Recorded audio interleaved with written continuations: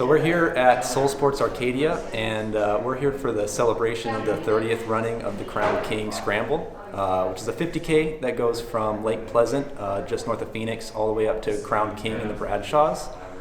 So it's a 50K course with about 6,700 feet of climbing. The race has been going on since 1987, and after a few years of hiatus, we brought it back as Aravaipa Running in 2012, 2013. And so what we decided to do is get a panel of important people associated with the race, some of the founding figures of the race, and we're going to be doing a panel. It's kind of like a Q&A here. So yeah, everyone, thank you all so much for coming out. So we've got the Crown King Scramble coming up. This is going to be the 30th year it's ever been ran. First official race was 87, and there's a couple years missed throughout there, but this is the 30th running of it. So we figured, like, what better way to celebrate than to bring, like, the founding people, the important people associated with the race along to ask them some questions, and yeah. So if you guys have any questions as we're going through, like, this is supposed to be as open-ended as possible, so just raise up a hand, taking questions, and yeah. I was only able to, my research is limited, mostly to ultra sign-up magazines from, like, the 80s, and then running through, like, ultra sign-up on online, looking at the old races that you guys have done. So if you want to introduce yourselves a little bit and kind of expand on what I have to say, please do. But yeah, so we got James and Paul Benet who made it out. James is I believe James is the youngest person to ever actually run the course. And then Paul, there's actually, so multiple people I've heard referred to on this panel as the godfather of Arizona ultra running. I've seen it come up many times. So we got Bruce Weiss over there, of course. So Bruce Weiss is kind of the mastermind of the Crown King Scramble. So from what I understand, it was a Western States training run for Bruce before his first attempt. And then it kind of just spiraled into this crazy race that takes place every year now. So yeah, thanks for being here. We got Scott, Mojo. Scott's run the race 20 times? I think that's what the computer says. I don't wear a watch even when I run. So I got a Timex I'll put on for events, but I usually don't keep track too much. But a lot of memories, you can remember that. And you'll remember the cramps every year, 19 miles for some reason. Well, the reason is from 15 to 19, it's gnarly. Really gnarly. The vertical stage. Yeah, and that's where I'd look back and Bob would be coming. We'll tell you about it. Yeah. But you're signed up for this year, right, as well? Yeah, for sure, 30th. I wasn't gonna, because the all-terrain vehicles bug me, all right? They're passing you, and then they take a look at everything and pass you again. And Road is going to be closed this year. what? Yeah! No way. Starting at 9 a.m. And then we've got Bob Kite. So yeah, the running Bob, and Bob finished first place the first 3 years of the event. Three-peat. Snow. Yeah. Linda Van, who is the race director of the event.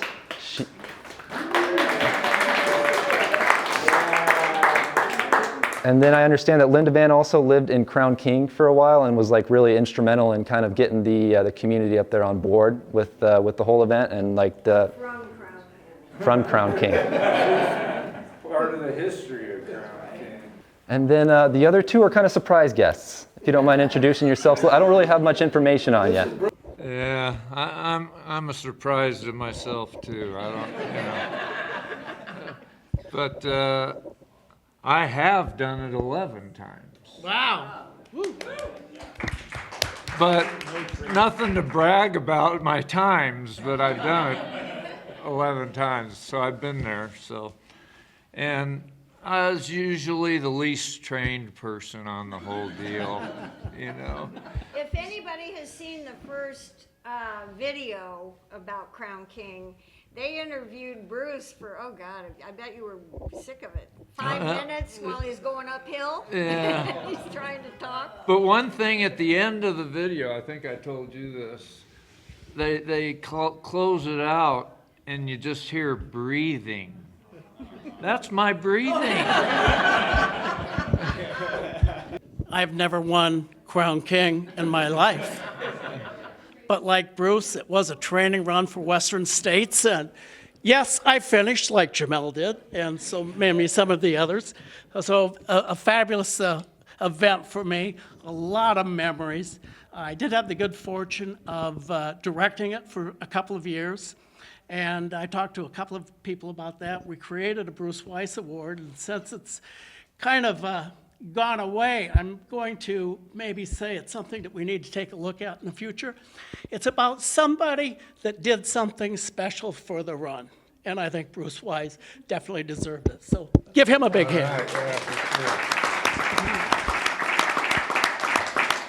If you've not been to Crown King, how many people have not been to Crown King? You're going to love it.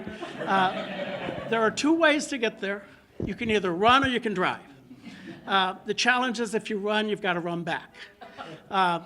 One of the years we did, if you remember, we ran through the raging water going into Lake Pleasant. 3 mile mark where they built the bridge. Yeah, and we were thankful that we didn't lose any runners. But it's not just the run. It's the group that gets there. It's the fun that you have. It's the memories that you're going to establish that make this such a special event. It's just absolutely incredible. I had the good fortune of staying above the bar one year when I was the director. And it's a little bit scary because there's noise downstairs.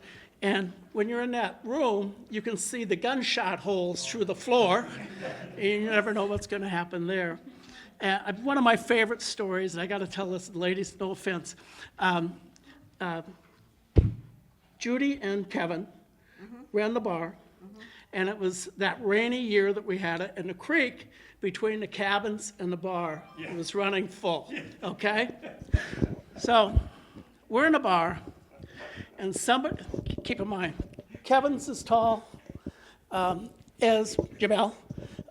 Judy is as tall as Linda, and somebody says, Kevin, how deep is the creek running?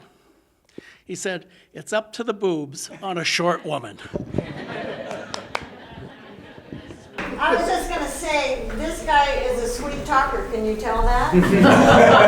After the race one evening, we were dancing very close, and he came up to my ear and he said, how'd you like to direct this? It was he was the director. He said, you'd be a great race director. I said, I've never directed a race before. You'd be a great race director. That's how I got it. And the good news is she continued the hugs for the finishers when they got there, so thank you. If you only knew. I am so humbled, like I told Jamal earlier, that to see where my dream is right now, that happened when I opened up my acceptance letter to Western States in November of 1985, and to see where it is, and all the unbelievable people that have been involved in this event. We have had probably the best athletes in the country at any one time or another be here. At our high point, the first 20 years, we had 13 states and 3 foreign countries representing. We had 300 runners in that one year. But let me see a show of hands of those who are doing it for the very first time. Okay. Let me just say one thing to you first-timers, and that is to don't focus on the event. Make sure you take time to look around at the beauty of what you're running through. It is absolutely spectacular from start to finish. And when I think of the changes that have occurred since we started the first year, the bridge that has been built over the lake, and some of the road work that was done, some of the road that isn't even there anymore, the big hump up to Fort Misery, the buildings that don't exist anymore. When I first started at Orabel, when you get to mile 26, the buildings pretty much were still standing. That was a very, very productive gold mining area. My grandmother was born there. There you go. And if you take time, when you hit the finish, if you go into the original saloon, the photographs on the wall, I mean, it's like a museum. It's absolutely unbelievable. And Fort Misery, the main building was still there. And I think about all the different aid station people that have been involved in this. Wow, I mean, I get tears when I think about all the incredible people that have been involved in this since I got together with a good friend and say, I'm training for Western States, would you help me do this? Would you crew for me? And 6 of us did it on Valentine's Day weekend, 1986, in the mud because it had rained terribly. That is how the name Scramble, seriously, that's how the name Scramble came to come alive, is because we did 31 miles of mud. And that is, it was an amazing day. We had 2 guys. I'm a retired Phoenix police officer, and I worked SWAT for 15 years. But anyway, 2 guys on my squad were off-road motorcycle riders. And they volunteered to wear backpacks and saddlebags on their bikes. They carried peanut butter and jelly sandwiches, potato chips, Gatorade, and water, and met us at various locations so the 6 of us could do this thing. And when we finished, I said to Cal, I said, what do you think? He said, Cal Lash, if you don't know who Cal Lash is. He was my sergeant at the time. He said, well, that's pretty cool. So 2 weeks later, I said, you know, I got another run I want to do. I ran, nobody ran with me, nobody was stupid enough. I ran from Groom Creek Trailhead, if any of you are familiar where that is, all the way back down to where we started the run up to Crown King at the lake, which was exactly 62 miles. So here we are with a 50K and a 100K, and we had 2 incredibly potential good events. Which one were we going to do? So we brainstormed that the way we could get the most people was the 50K because the hotel problem in Prescott would have been a little bit difficult to get people to the starting line up at the Groom Creek Trailhead. So we hand wrote applications and we passed them out individually, one to Mr. Kite who knows that, and we ended up with 38 people that first year with a handwritten application. And Cal and I went, how about this? So anyway, we got finished and we were sitting around the Potbelly Stove, which was at the bar across the street from the saloon that I mentioned, which is now burned down. But Vince Devlin, who is probably the guru of ultra running in the state of Arizona, who was the founder of what became Mad Dog 50, at that time was what was his store's name? I don't remember. The Complete Runner 50, that was the name of it, the Complete Runner 50. Anyway, Vince's business partner in La Jolla, California, sat across from me at the stove and he got his checkbook out. And he wrote out a check for $1,500 and handed it to me. He said, make this happen next year. And we did. So 87 went to 88. And then Cal went to the road racers 2 years later. Edna Laughlin was the president at that time. And they gave us $1,000 in addition to our race entry fees. And with that, they said, you know, put our logo on the shirts. And we said, okay, and we'll also use your name to celebrate what you've done. And this thing just kept expanding. We picked up one sponsor after another. I mean, from Bruce to the Runners Den to so many. I mean, it just amazed me how this thing evolved. But it brings tears to my eyes right now to sit here and look at your faces, to know what you're about to go through. I did it for 18 years. And to know what you're about to experience. That's why I want to know who the first timers were, because it is absolutely beautiful. Be sure as you get up into the higher areas to look back behind you, because the views of Lake Pleasant are spectacular places, views that you'll never see anywhere else except from up in the trail you're going to do. The Crown King Trail itself, which starts at mile 15, was originally an old stagecoach route. And Fort Misery, which you're going to go through at mile 23, was a horse changeover station to take it on up to Crown King. There used to be a railroad that ran down in that area. In fact, when we first started doing it, Orabel still had the old trestles coming down into the town where they would bring the ore down from the mines and load it out and carry it up and down the train. The road up to Crown King was the train route. That's why you see the switchbacks that go in and out, so the train could go back and forth. And as you're on your way back home, I don't know how many of the trestles are still there, but for a while they were there for a long time. As you go down the switchbacks, you go through Cleator, which is another historical place. I spent a drunk night there once. Anyway, but there were so many mines up in that area that all the ore would come down to where the train would go through, and they would load the ore onto the train, and away it went. But anyway, I first found this area because I gold panned from Groom Creek all the way back down to Lake Pleasant, and I knew the route existed.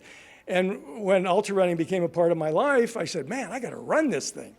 And so again, in November of '85, when I opened up my acceptance letter to Western States, it was obvious what I was going to do, and got a couple of friends, and away we went. But it all started 1986, Valentine's Day weekend in the mud. And so many wonderful people have evolved. I told Linda earlier, as I look around, I have such memories. I see how young I used to be over there in those pictures. I still am that young, by the way. But anyway, the wonderful people that we managed to bring together, the barbecues that we threw at the saloon, and the drunks that we threw at the finish line, crossing the creek to get over to the townhomes that were across the thing, the stories that came out from all the people involved. There's a table full of stories right here. But it just means the world to me to see all of you here and to know that Aravaipa is carrying this thing on. And please understand how thankful I am for all of this. And I wish you all the best.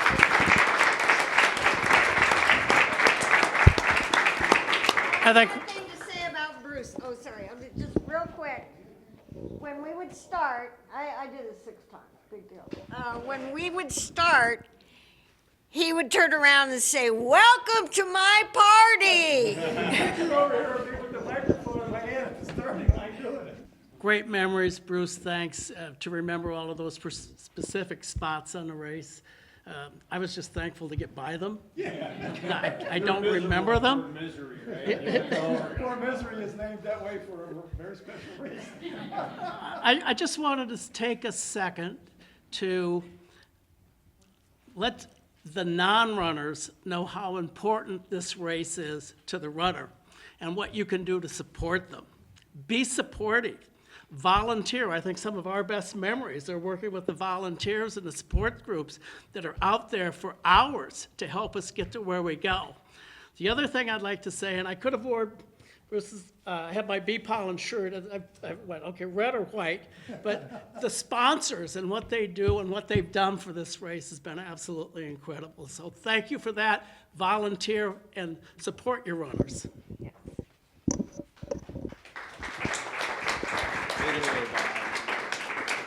Here's a more colorful version. Here we go. Wait a minute. One more story. You should introduce him. Bob and I have tremendous history, in case you don't know that. I paced him through his first Western States 100, and he said, "Quit lying to me," when I kept telling him how good he was. But anyway, the very first year, I ran the drop bags, dropped them all off. I had a 4-wheel drive truck and dropped off the drop bags because we had very few people involved. But Bob gets to the top of Watson Peak, which you will all experience, and he says, I'm standing there, and I say, "Hey, Bob, all right." He says to me, he says, "I didn't run all this fucking way for a light beer." Pardon my French. Well, to be fair with what everybody is saying is cautionary for y'all to do it. Unless you plan on winning the race, get rid of your watch. Don't wear your watch. You have no use for it. You know, just enjoy it. Talk to whoever you're running with, and meet up with whoever you're going to be running with for a long period of time, and help each other get through them. Because I promise you, you will hate yourself, the person next to you, and whoever else is nearby before the end of the day. And it's that kind support that'll make you finish, and you'll be real happy once you get to the finish line if they have it set up, which they did one time. To give credit where credit is due, Bruce is very humble in making this happen, and it was a training run for him. I was doing buys and tries, and Bruce worked with a good friend of mine who owned Runner's Den that was sponsoring them all. And Bruce goes, "Bob, you got to try out these ultras. You know, you've done marathons." I had 28, something. I was pretty low marathon time, 30, 32, 10K. I had wheels. And Bruce goes, you got to run this ultra. No, okay, well, what's the deal? Well, you show up, we're going to have this group start at Lake Pleasant, and we're going to go up to the Bradshaws, up on top of Crown King. I said, all right. Well, I show up in biking shorts and a cotton shirt. These guys have $200 Gore-Tex weatherproof stuff.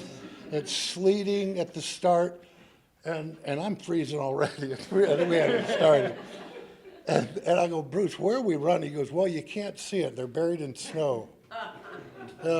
And we go through this menagerie of the aid stations couldn't get there because of the snow, so they had to back around, go down, up to Crown King and down to set up the aid stations.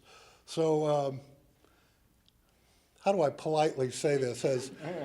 As Bruce and all of his buddies who were doing the aid stations, who were running the race, they were friends of the people running, and they were setting up aid stations for them wherever they wanted to along the race. And I'm going, son of a bitch, man, how do you get this service here? Because I'm running with a water bottle the whole time. And when I get to that point where these guys are up there, I was not a happy camper. And I'm coming down the mountain, and it's all fresh, pristine, 3-foot deep snow coming into Crown King. And I'm just, I'm doing the St. Vitus dance trying to get into this town and finish it.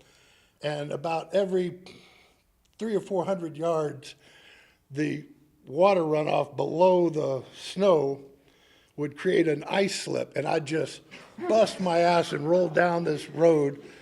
And 4 or 5 times it just, I'm tired of this thing. And it's snowing, and I come into Crown King, and I'm just looking around going, am I in the right town? Is this going on? I'm going, hey, anybody here with a race? Hey! And this lady sticks her head out of the door going, hey, I think the runners are here. Nobody comes out right away. I'm still kind of turning around. Which way do I go from this? Get me to the damn finish line. I want to end this thing. And they come out and they go, are you a runner? I said, yeah. Where's the finish line? Well, we haven't set it up yet. It's going to be right over there.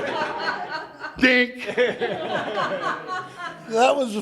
And I go into the store, and the reason why they're in there, there's a potbelly stove going on, and it's the only warm place in Crown King. So I get in there, and I'm just huddled around this thing trying to thaw out. Everything is wet and frozen on me. And the store owner comes up and goes, did you just run Senator Highway? I went, yeah. He goes, well, what do you want to drink? I go, I'd really like a Michelob if you have it. Now, this is a country store that might have 1 or 2 brands. He has Michelob. He's my best friend. I'm sitting there drinking a beer or 2, and a couple of the other runners come in. They go, hey, are you Kite? And I go, yeah, I think I am. I'm not sure. I'm not. They're going, you fell 5 times, did you? Yeah, I did. He goes, we could see where you just wiped out. And so, as Bruce was saying, they ran for the love of running. I don't have that philosophy. I'm thinking there, well, first ultramarathon trophy, this will be kind of nice, Yeah, I'll look for it. This is fun. Bruce comes in and goes, hey, we're starting the award ceremony. Bruce and Cal give each other awards, and they'll, Bob, did you win it? What was your time? Good job, Bob. We'll all come back next year. Right. It's about the experience, Bob. It's all about the Yeah, right. Well, that's when I sent a letter for next year's race, and we had fun chiding people to race, There not wasn't run. many events back then, right? Yeah, it really wasn't. And And get together and train. And we antagonize people to come show their wares. Let's see who's the bad boys. And to Bruce's credit, this thing became the challenge race in the quadrant of the country. The big boys showed up, and we sent them home crying for a couple of years. That guy from Ireland. said- Except for Donovan McGonigal. That guy. What was his name? McGonigal. And Ann Trayson, does that name ring a bell? Yeah, her record fell last She and her year. husband Carl Anderson both came and ran it. Yeah. I mean, we drew the finest in the country. We ended up bringing in a lot of great race directors too. Had Norm Klein come in, who runs Western States, who became a really good friend of Bruce and mine. And Bruce did pace me during my first Western States, and I have to tell the story in the right context to enjoy Bruce's person. Keep it on Crown King, Bob. Yeah, no, this one's for Bruce because he brought it up. Bruce's background is law enforcement. Bruce is pacing me with just constant chatter. Constant. He's a negotiator. Yeah, he was sniper one negotiator. I played football. My knees are killing me. Everything's hurting. I'm popping Darvons or whatever I can get hold of to kill the pain. And I get to one of the river crossings where no, hang on. There was, our bags were on the other side, but there was the aid station here, and I'm going, you got any IBOs or anything? And this little nice lady is trying to tap me out, like a buffering. And I grab her hand, and she's looking at me going on. I said, don't worry, I got better stuff on the other side of the river. And we get down to where I had brought in a bunch of friends, and everybody, and I'm not in a good mood. And they're going, how's he doing? And Bruce goes, well, he's taken a lot of drugs.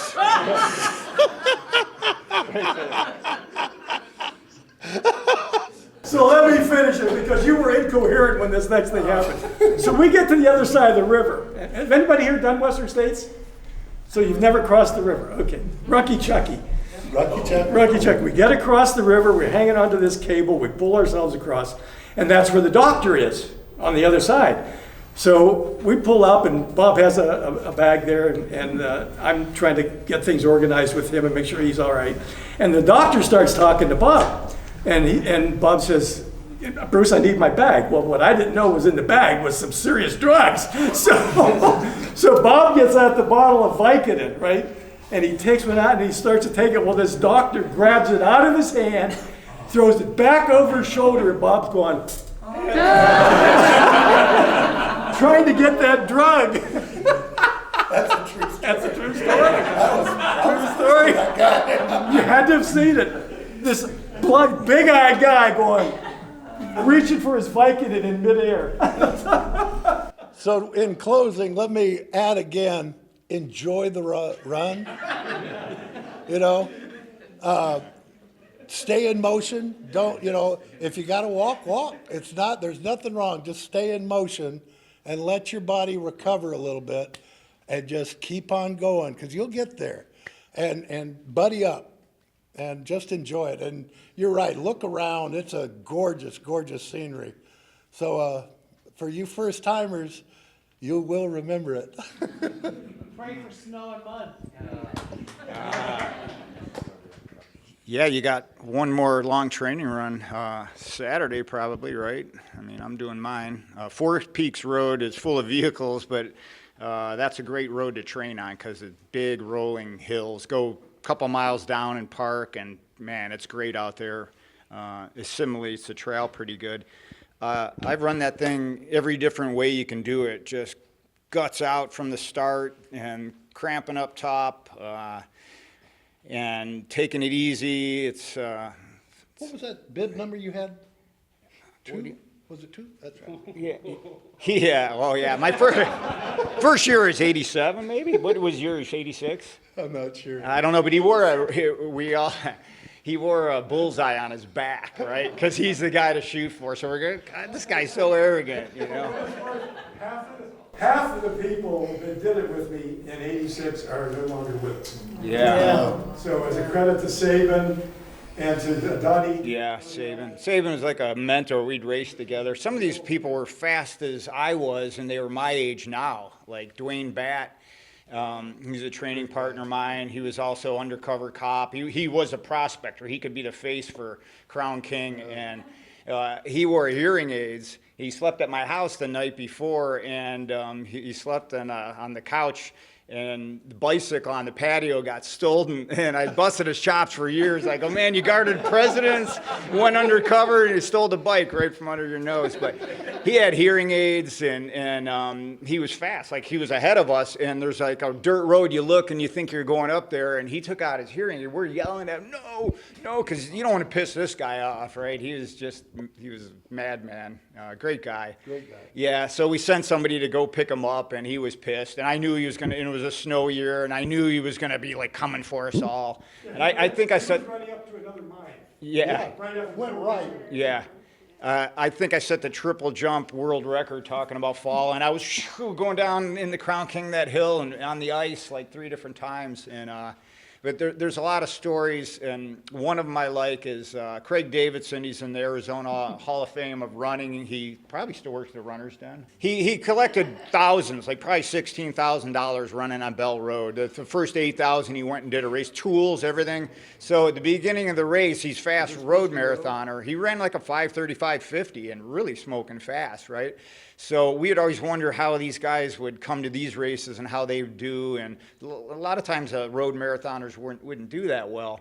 And so Bob and I had a bunch of change. We ran up ahead right at the start. We had change everywhere just to slow them down. And This is at the start. They super glued quarters on the side in front of the Runner's Den just to give them a bad time. yeah. This is at the start of Whiskey Row. You know, it's a mad dash. No matter how fast you plan on running it, everybody bolts out. Well, we're dumping quarters and dimes on it, and he's picking them all up. Crown King, he was behind me, and I saw a buck knife. It must have fell out of somebody, and I knew he was going to stop and get it because he was closing on me. And I go, I got him now, you know. And I did it before I had kids. Everybody came up there in my family. They would get drunk every year, and family members ended up running it. I think my brother Bruce ran it 3 times. Billy, Bruce's brother. So we had brothers running it, and a lot of history. Somebody mentioned Ann Trayson. I personally, my favorite ultra runner of all time. I think she's one of the best of all time. Her records show it. And looking at James over there. So Paul came on the scene a few years later, and he can hill climb. Chased this guy how many times around there? First of all, we did the very best we could to talk him out of letting his son run. Yeah, I know. I'm really worried about that. One year we had a 50-miler. He totally wrong and went on to be ended up stud. 50-miler started out of Wickenburg, and I was doing a advertising job in Italy, and I flew in. My brother picked me up, drove me, and I stayed in some little, I don't know what it was. Excuse me, if you can't tell, this is our little poster boy. Shut up. I got to take it from him. So yeah, and I slept a couple hours, and I remember we started. I don't know how many people there were. 3 o'clock in the morning we Yeah, started 3 that o'clock race. in the morning, and my flashlight went out. And I don't know if it was a bull or a cow or what, but out of nowhere, just charged right in front of me. And, you know, there's nobody around. You look up at the sky, and you're like, what the hell? And I chased you up that hill. We finished right over 8 hours, I think. Yeah.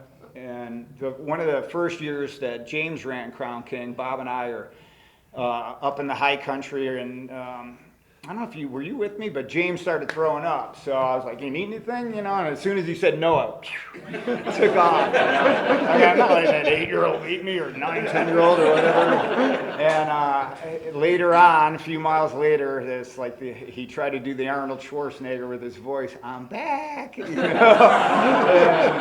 What'd you do? Just blitz right by me? I think you did. Yeah. And the rest is history. You came back and got me though, I think. Yeah. Maybe I think I did that year. Finally caught him at the end. Yeah. Okay. Because you weren't going to let him beat you. I remember. So they say I did it 20 times last year. It was my 20th. My daughter might run with me this year. So my race is going to be dictated by her, and like just get some walking in. If you haven't walked in your training, go up and down some hills. Fountain Hills, where I live, is the Thompson Peak. It's a good one to go up. Just start at the end of. It's the steepest there is. Pardon me? Yeah, I mean, you're really going to walk in this one, and just think it through. I'm going with 2 hand jugs back to the old school and just some goo in my pocket, and you can overthink this thing, wear too much, but I recommend wearing something white if it's a warm day, because it's open. It's a dirt road. It's not a trail run. It's a gnarly dirt road at times, like jaggedy steep where your quads are getting hammered, and there's all this fool's gold too laying around. You hear about, and you're just sparkling at you, you know. Yeah, so. It's good to buddy up and do training around. I mean, what Mojo was talking about, he lived out in Fountain Hills, and this road up to the towers, our workouts were races. I mean, we weren't there, we were there to beat each other. And we had some classic workouts. So anytime you can buddy up with people and get on vertical mountains, it helps. You'll hear the aid station at 27 miles, and you'll see it up on the hill, right? Hopefully they got the speakers going the right direction. Yeah. One year, Linda and all the gals went to Goodwill's and got all the biggest bras they could, and they lined up the hill. I love that year. So we support you and all these different signs, you know, and what do they call it? Burma Shave or whatever their signs The best support on the hill. Yeah. And then you top out, you have 2 miles kind of downhill, and then whenever there was a little teeny uphill, I'd start to cramp, like so many times, you know, and then you'd have to work it out and slug it down in and just let it rip down into town, a little left across the bridge, and yeah.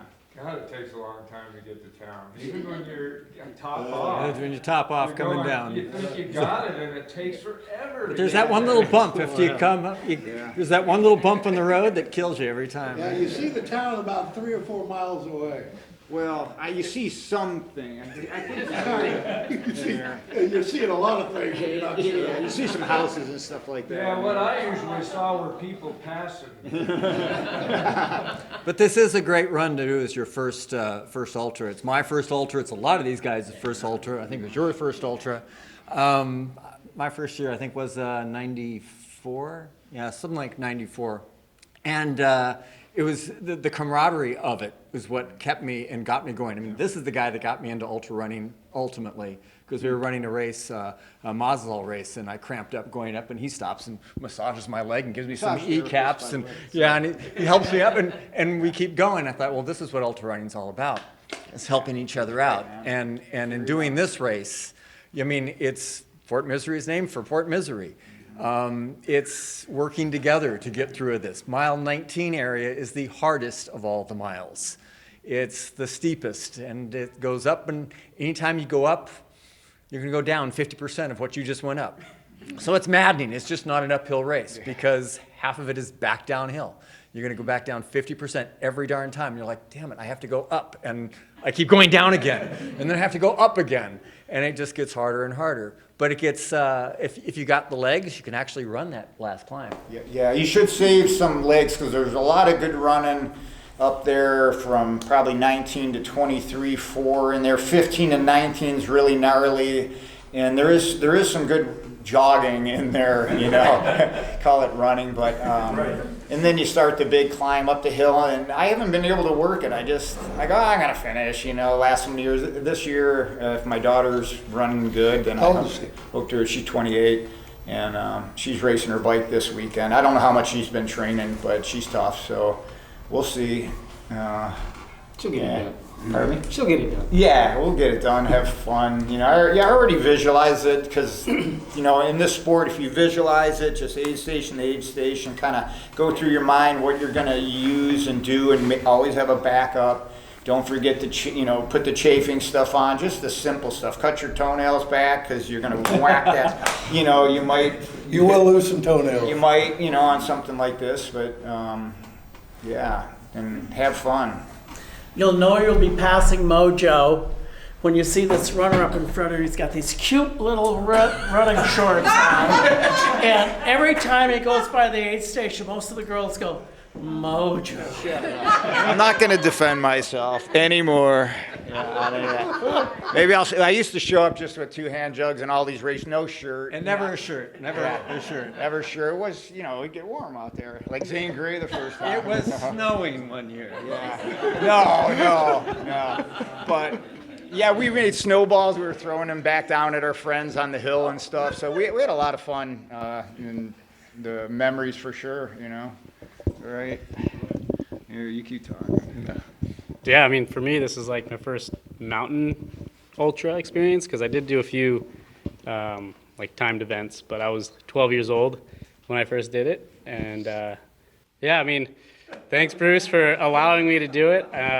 Yeah, and honestly, people always wonder how I turned out so great. It's because I'm around all these people, and Bruce is a great guy. Thank you. It is, though, like a race that I've always thought it was like the one that got away, because kind of like you, always number 2. I took second quite a few times at the race and just never could get the win. But I haven't done it in a few years. I definitely want to try it again. But yeah, I mean, Bruce, yeah, thanks for putting that thing on and allowing me to jump in when Well, for those of you who don't know Paul, you have to understand where James came from. Paul's a very humble, talented individual. He's also the retired cross-country coach from Central High School. So a lot of incredible background, and that's why James is the way he is, because Paul's knowledge of bringing him along was incredible. And Zane is next. He just did his first 5K, huh? So I did a 5K. So, yeah, maybe when he's ready one day, he'll be able to go up and do Crown King as well. But yeah, I mean, there's lots of great memories. If you are running the race, please try and get like a room up in Crown King, because if you're not staying the night, you're probably not doing it right. Yeah, it's a ton of fun, and yeah, exactly. So yeah, and it's just a cool atmosphere up there. It's just a tiny town in the middle of nowhere. I mean, there's some great stories from up there. The day this was kind of like a fugitive hangout, one of the places the FBI really liked to keep an eye on. Well, they were up there one day to catch one of the top 10, and this guy was sitting at the bar in the saloon drinking, and they were coming in and they were figuring out how they're going to get this guy, and he got wind of it. He had a stick of dynamite, ran out of the bar, ran out in the front street, and blew himself up. Oh my God. True story. True story. Wow.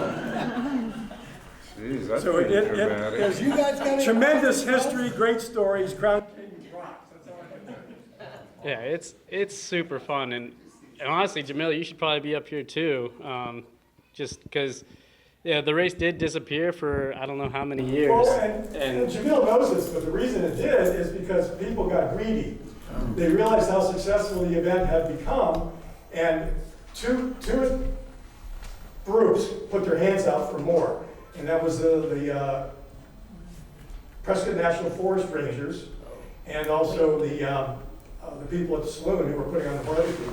They wanted more money, and we couldn't come up with it. We ran out of race directors. So we did 2 ghost runs. Yeah. Yeah.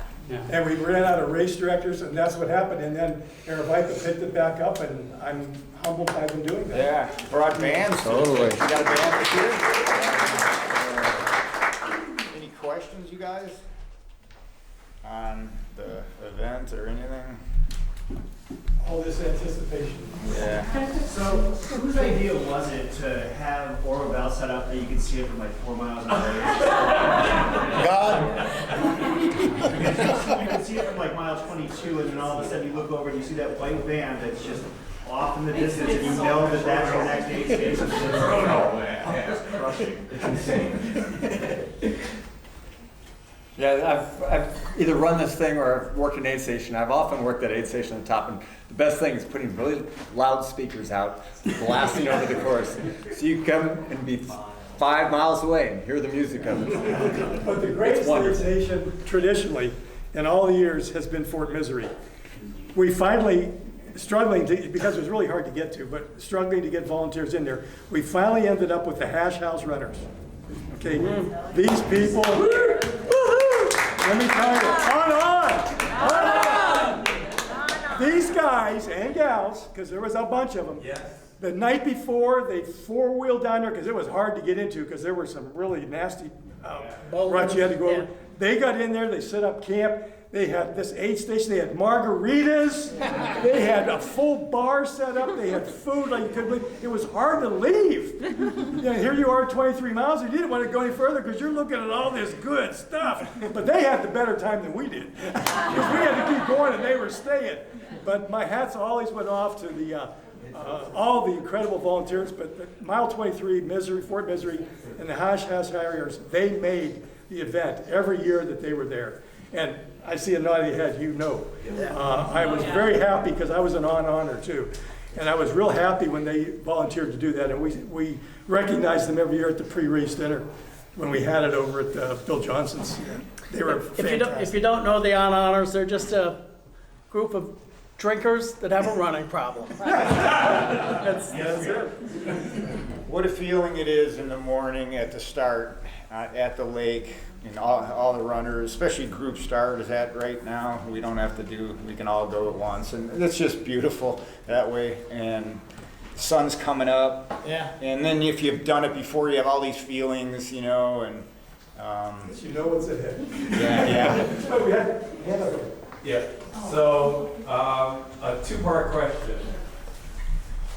What is the coldest temperature that you have dealt with during Crown King? And who of you have drank the most in that time? Too many. Well, they lied to us about the temperature. Yeah. And the statute of limitations isn't completely cleared on some of my stories. It was 27 this morning out there, so.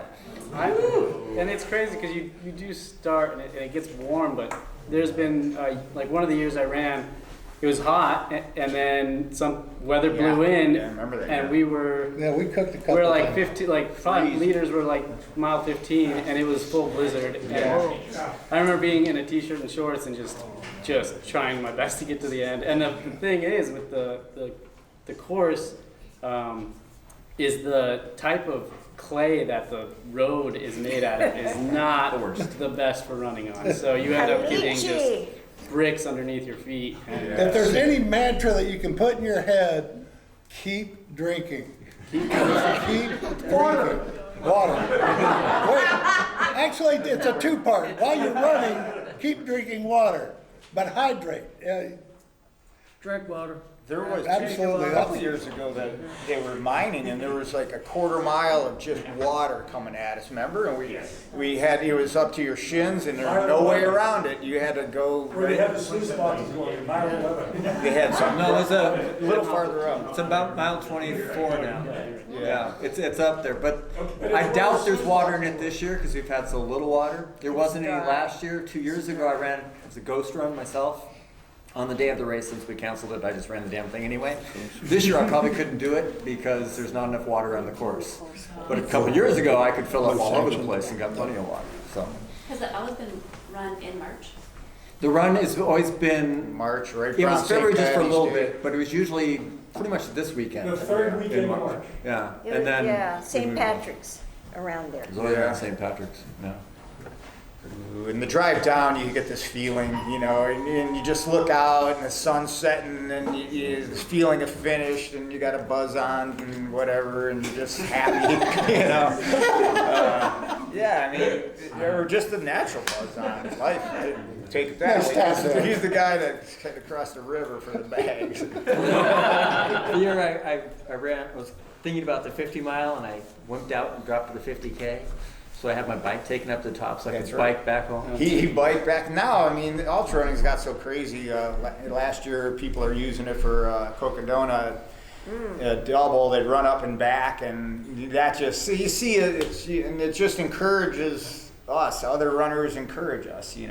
Think about people doing extraordinary things, and it makes you get yourself out there. How many of you have run the 50 mile? And is that something you would want to see come back?